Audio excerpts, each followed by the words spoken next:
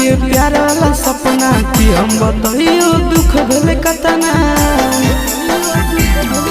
हर कुछ दिन देखा के प्यार वाला सपना कि हम बताइयो दुख भेले कतना।